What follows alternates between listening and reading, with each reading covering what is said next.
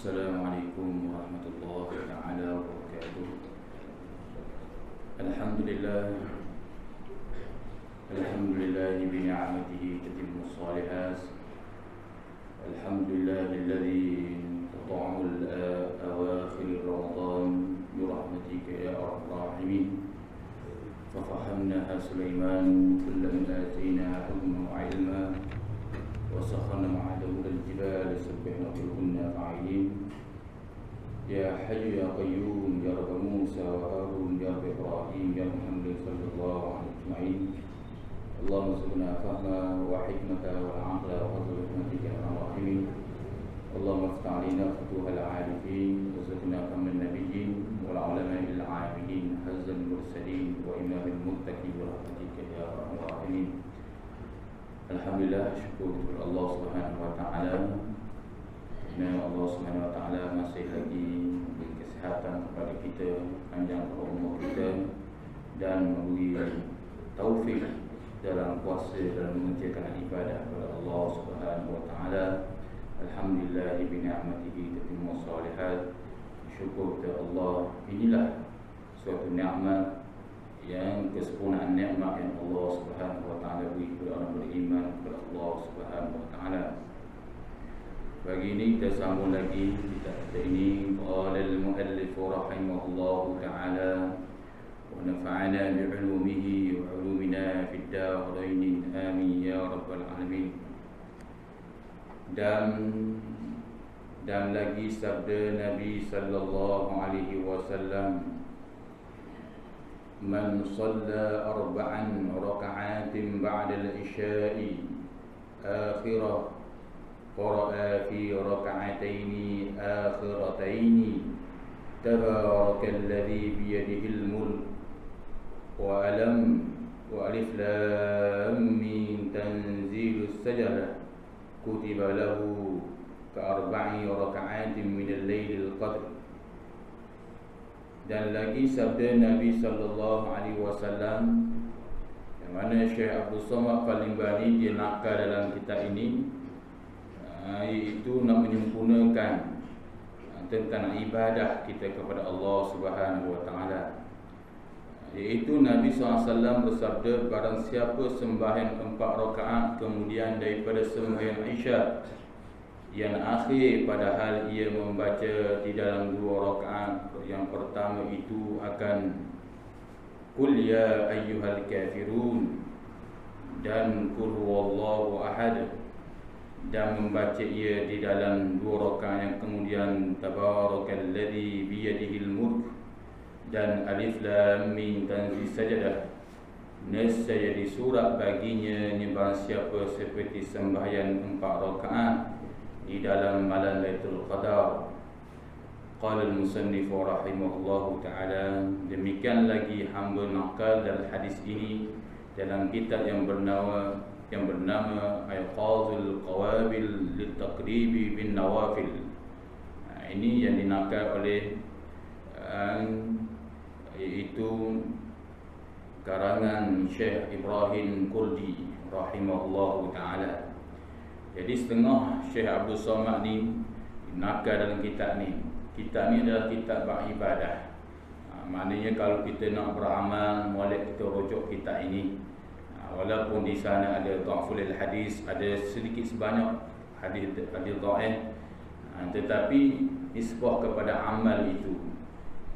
Sebab itulah bila Syekh Abdul Somad Al-Limbani ni, bila orang tanya dia kenapa, iaitu nakal, dia seorang mujahid, seorang pejuang, dan dia seorang juga adalah iaitu ulama tasawuf. Kenapa? Dia menyatakan kerana begitu banyak nikmat Allah Subhanahu wa taala beri kepada kita.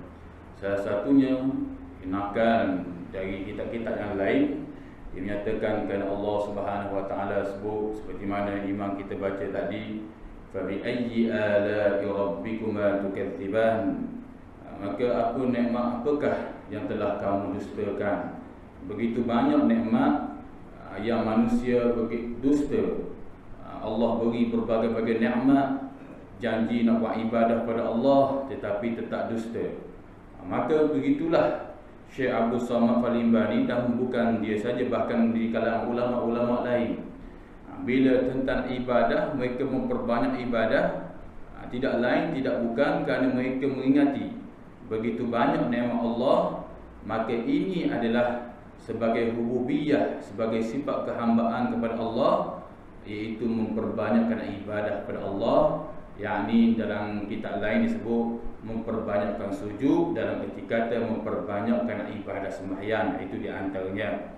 Jadi sebab itulah Syekh Abdul Somad Al-Limbani nakal sebuah hadis Nabi SAW, hadis yang dikeluarkan Imam Tabrani, yang mana Rasulullah SAW bersabda, siapa yang sembahyang 4 rakaat selepas ba'da al-isya ni, rakaat pertama dibaca ya ayyuhal kafirun, rakaat kedua dibaca qul huwallahu ahad, rakaat yang keempat kedua pula tu kalau dia sembahyang dengan 2 salam, iaitu tabarakalladzi bi surah tabaraka dan alif lam sajadah, ni panjang ni, itu nescaya disurat baginya seperti sembahyang 4 rakaat daripada malam Lailatul Qadar. Besarnya fadilat di sisi Allah Subhanahu wa taala, itu di antaranya.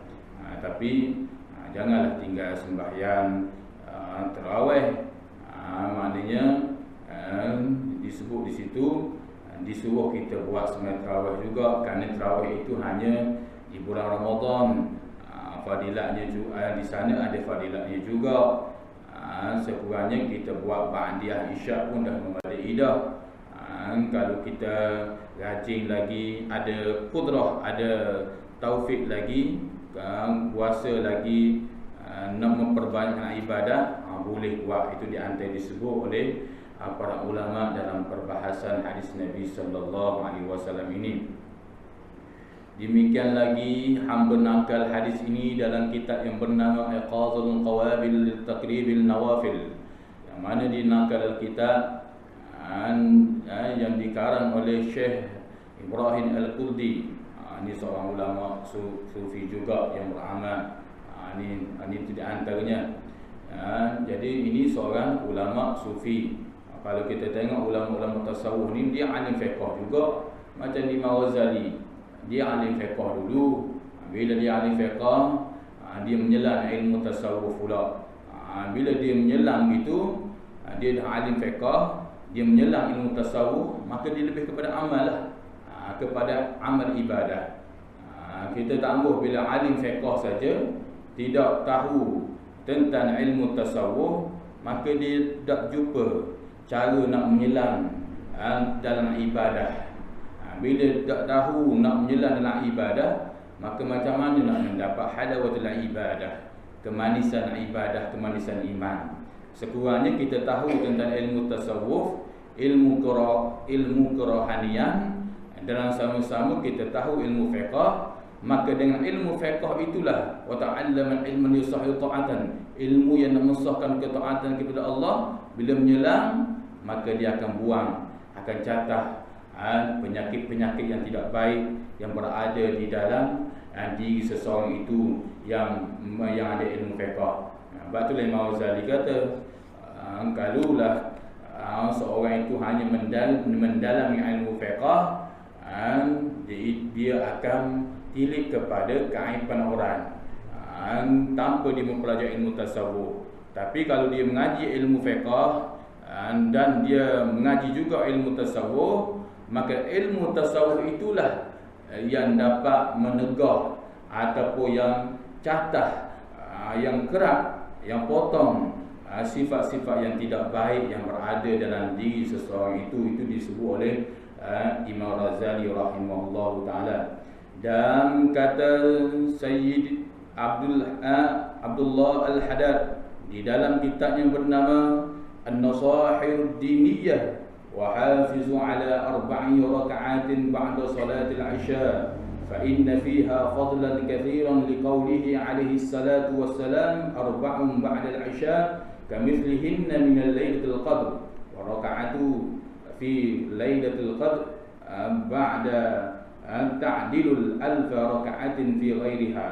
Seperti mana juga Syekh Abdullah Al-Haddad, iaitu Syekh dalam disebut dalam kitab dia, ada dalam kitab An-Nasaihul Diniyah.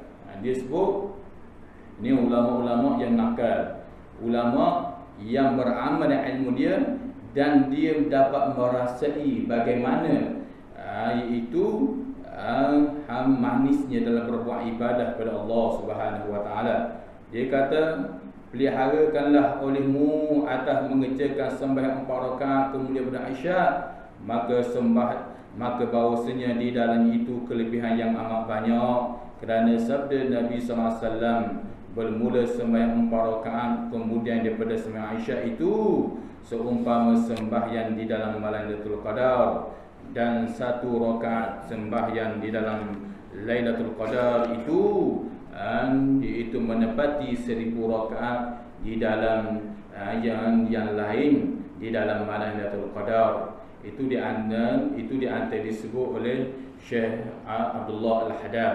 Dia menyatakan bahawasanya peliharakanlah, kita ada rajin, ada kesempatan sembahyang Aisyah 4 rakaat.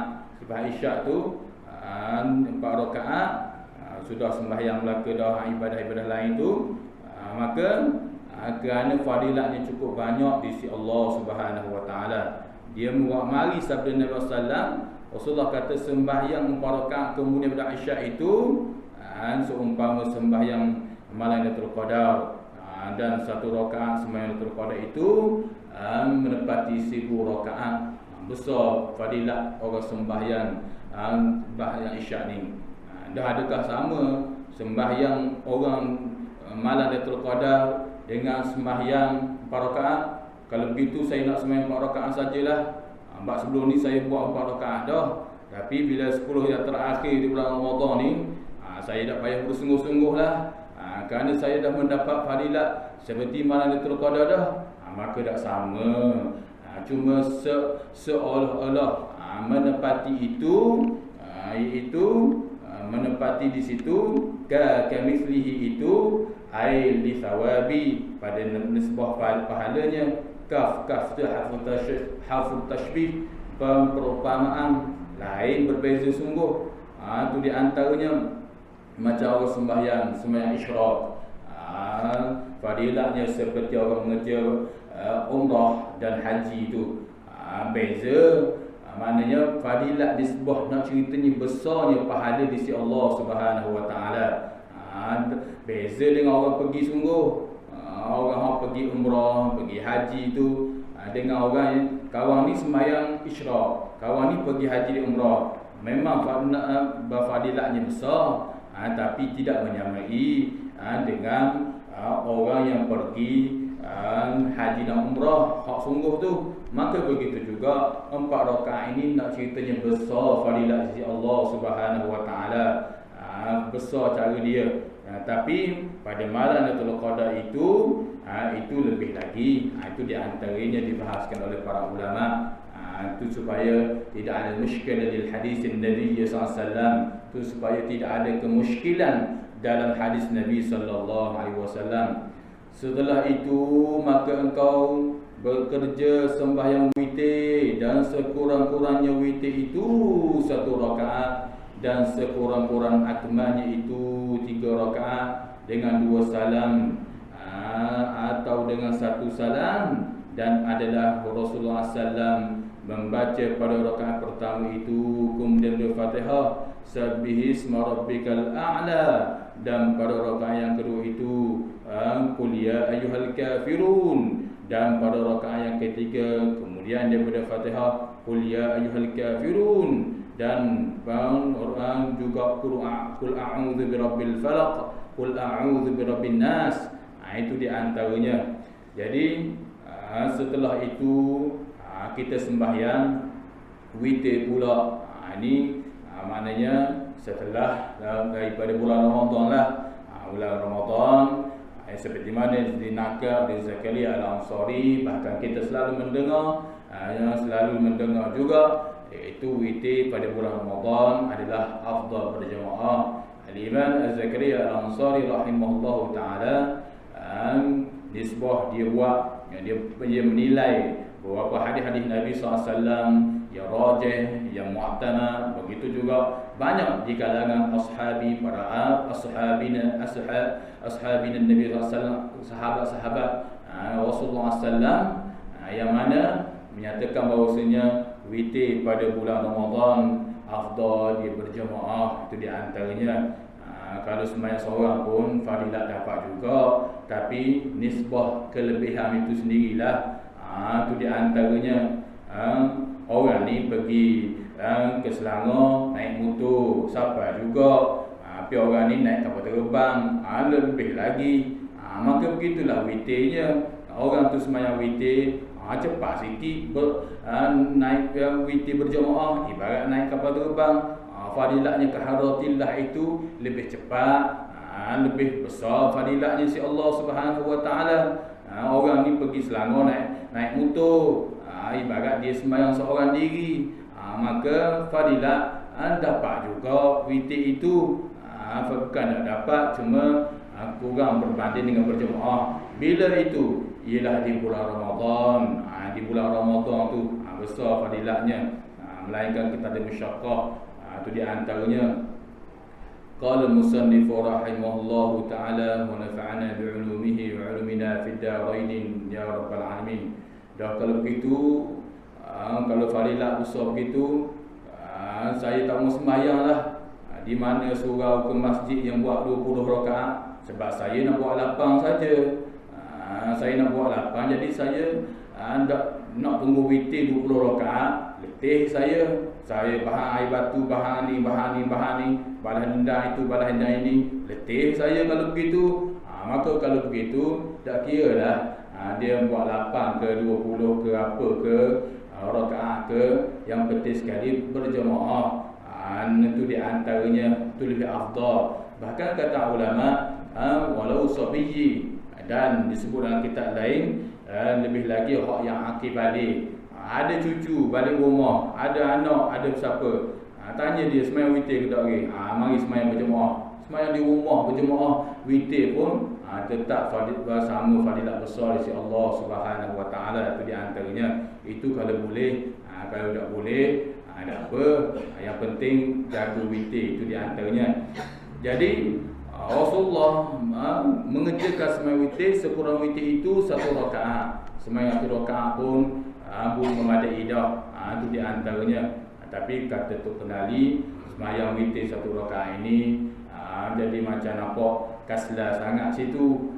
Boleh sembahyang 1 rakaat, tapi nampak macam kaslah, nampak ada macam malas pula situ. Sekurang-kurang witir itu 3 rakaat itu lebih sempurna, sebab ada 2 salam. Itu di antara disebut oleh para ulama. Dan adalah Nabi SAW membaca rakaat pertama seperti mana kita duk baca somalah Sabbihisma rabbikal a'la. Dan rakaat kedua kita membaca Qul ya ayyuhal kafirun.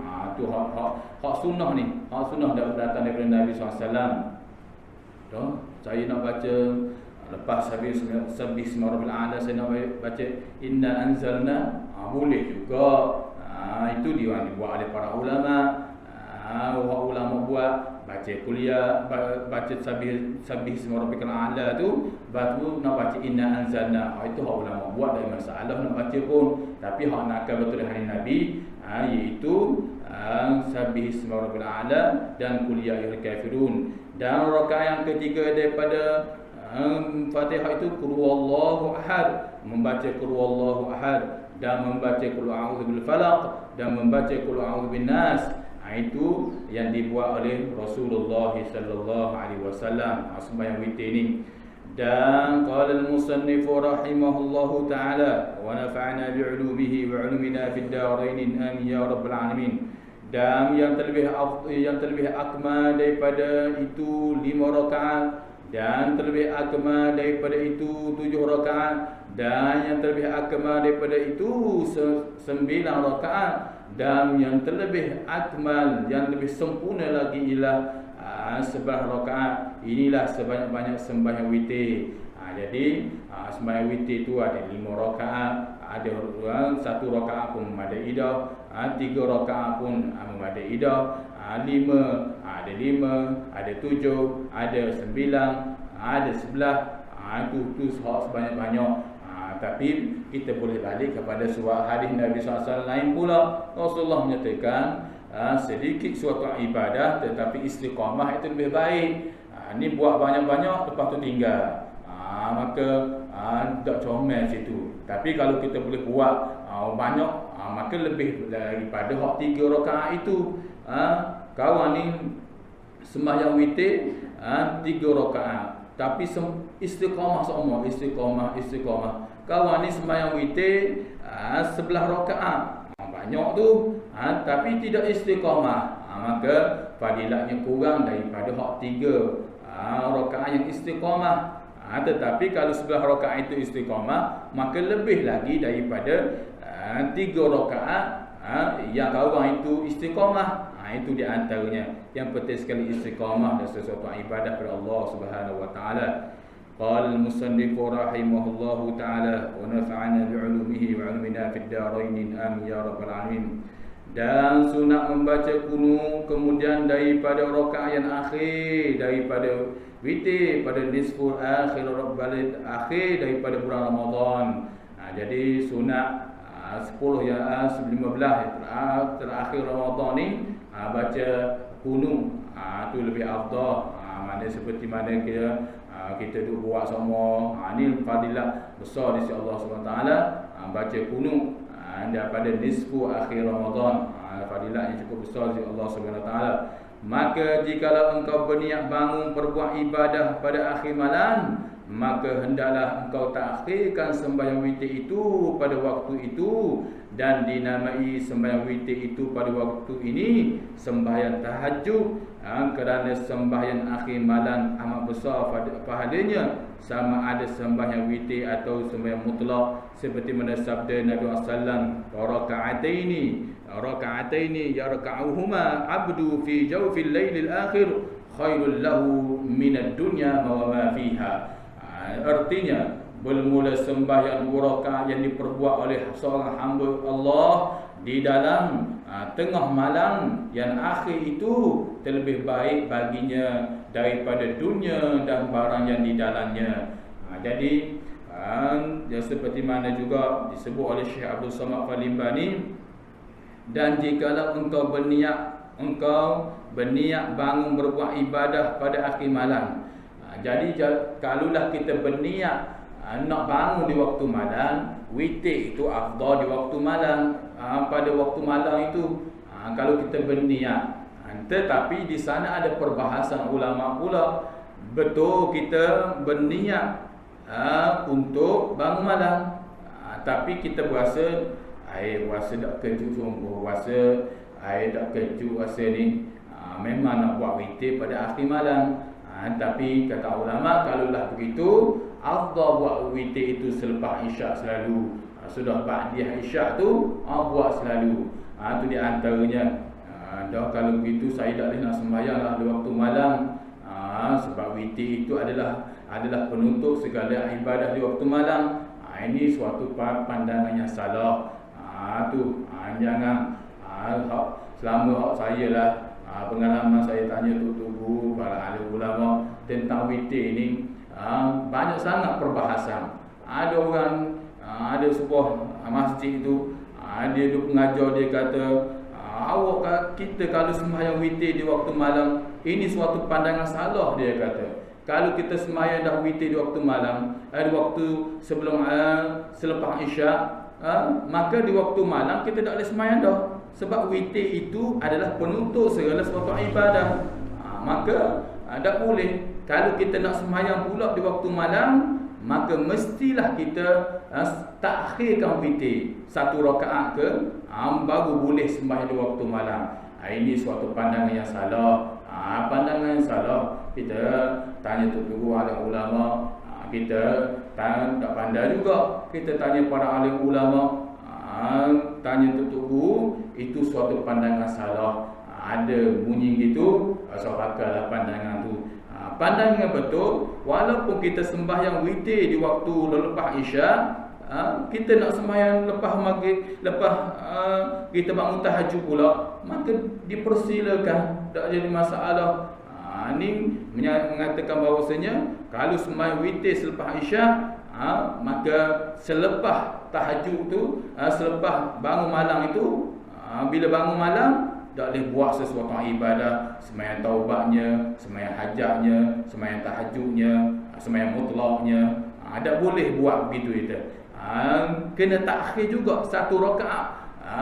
Sudah sembahyang tahajud, sembahyang taubat, sudah sembahyang sunat mutlak, hak ngelah sekali baca baru sembahyang witir satu rakaat, maka ini pandangan yang salah. Tak betul pandangan ini. Kalau ada pandangan begitu, maka laralkan. Ini dasar cara pandangan itu. Ini mungkin ada salah faham berkaitan tata panggil bahasa Arab. Bahasa Arab ni kalau ada salah sikit baris, jadi dia terjemah kok lain. Sedangkan hak murad sebenar jelah, walaupun kita sembahyang waktu Aisyah, witir di waktu malam, kita nak sembahyang waktu malam, kita sembahyang witir selepas Aisyah, kita nak bangun waktu malam sembahyang lain pula, boleh dipersilakan, tak jadi masalah. Bukan tak boleh, itu di antaranya hak ulama bahas, hak kebanyakan ulama bahas pandangan mu'tamad, pandangan yang rajih, yang kuat, yang kebanyakan menyatakan bahawasanya sembahyang witir ini ada qaid di situ, ada jika qaid, jika tu orang panggil qaid macam mana? Jika kita merasai bahawasanya dak kejut di waktu malam, kita kata puasa dak kejut, buat selalulah witir, buat selalu. Jika kita yakin bahawasanya kita boleh kejut di waktu malam, ataupun kita pesan kepada ahli keluarga kita, ni pukul 4 ke pukul 3 geraklah, sebab nak sembahyang witir ni, kalau pada bulan yang lain lah, maka itu afdal kita takhirkan witir. Itu di antaranya. Tetapi kalau kita duduk seorang, ahli keluarga pun tak ada, ataupun nak suruh orang kejut pun, orang pun subuh pun ada ceton juga, misal kata nak kejut macam mana, maka afdal witir itu kita buat di awal. Itu di antara disebahaskan oleh para ulama. Bukan tak boleh kalau buat witir tak boleh. Ini suatu pandangan yang salah. Itu di antara disebut oleh para ulama. Pandangan ini adalah suatu pandangan salah. Jadi Syekh Abdul Somad Al-Limbani disebut di sini, jika kita berniat untuk bangun berbuat ibadah daripada akhir malam, maka kita akhirkan itu witir itu, berniat itu di antaranya. Tapi diri berniat itu dapat pahala dah. Kalau kita tak bangun niat, sebab tu ulama kata sunat, setiap kita tidur tu niat nak bangun tahajud, niat nak bangun tahajud. Kalau tidak terbangun, tak bangun juga, maka tetap dapat pahala tahajud itu di antaranya. Sebab apa dia kata dia takhir witir itu? Kerana seperti sembahyang tahajud juga, kerana ulama kata kerana pada malam itu besar fadilatnya sembahyang witir pada sembahyang malam tu. Sembahyang witir itu yang terakhir malam itu, kerana sabda Nabi SAW, bermula sembahyang 2 rakaat yang berbuat oleh seorang hamba itu di dalam tengah malam itu terlebih baik baginya dalam dunia dan barang sebagainya. Jadi sembahyang malam ini, kitab-kitab mana ke hadis-hadis Nabi mana ke semua menyatakan kelebihan besar.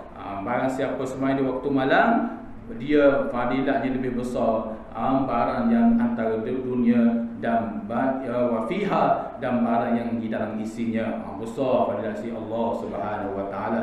Itu yang disebut oleh para ulama dalam perbahasan hadis Nabi sallallahu alaihi wasallam.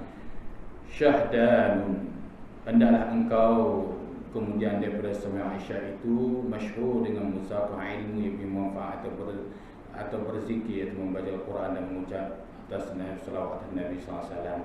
Kita boleh tulis itu syahdanun.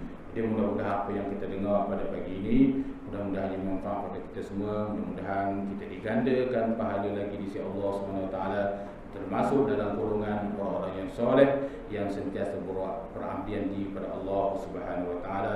Wallahu a'lam wa syaitanir rajim.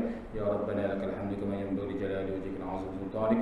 Allahumma shalli ala Muhammad wa ala Muhammad. اللهم إنا نسألك علما نافعا قلبا خاشعا وعملا صالحا متقبلا ربنا آتنا في الدنيا حسنة وفي الآخرة حسنة وقنا عذاب النار صلى الله على محمد وعلى آله وصحبه وسلم والحمد لله رب العالمين. السلام عليكم ورحمة الله تعالى وبركاته.